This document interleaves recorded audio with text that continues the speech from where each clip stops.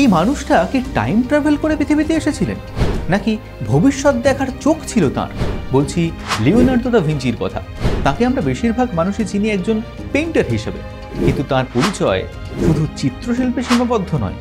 একবার ভাবো, 1500 সালের দিকে যখন পৃথিবীতে ঘোড়ার গাড়ি ছাড়া কিছুই চলতো না, তখন লিওনার্দো দা ভিঞ্চি কাগজে এঁকে ফেললেন এমন এক যন্ত্র যেটা আকাশে উড়বে। হ্যাঁ, অনেক আগেই তিনি এঁকেছিলেন ফ্লাইং মেশিন, একটা পাখার মতো মেশিন যেটা মানুষের শরীর দিয়ে নিয়ন্ত্রণ করা যাবে। তিনি বলতেন একদিন মানুষও পাখির মতো আকাশে উড়বে। তার সেই আঁকা আজকের হেলিকপ্টার, গ্লাইডার বা আধুনিক এয়ারক্রাফটের ডিজাইনের সঙ্গে মিলে যায়। কিন্তু তিনি শুধু একজন চিত্রশিল্পী না, একই সঙ্গে ছিলেন একজন বিজ্ঞানী, ইঞ্জিনিয়ার, অ্যানাটমি বিশেষজ্ঞ এবং ভবিষ্যৎ দ্রষ্টা। তিনি প্রমাণ করে গেছেন তুমি যদি কল্পনা করতে পারো, তুমি একদিন সেটা তৈরিও করতে পারো। তাই তুমি যে বিষয়ে আগ্রহ পাও সেটা নিয়ে ভাবো, সেই কল্পনাটাকে বাস্তবে রূপ দিতে চেষ্টা করো।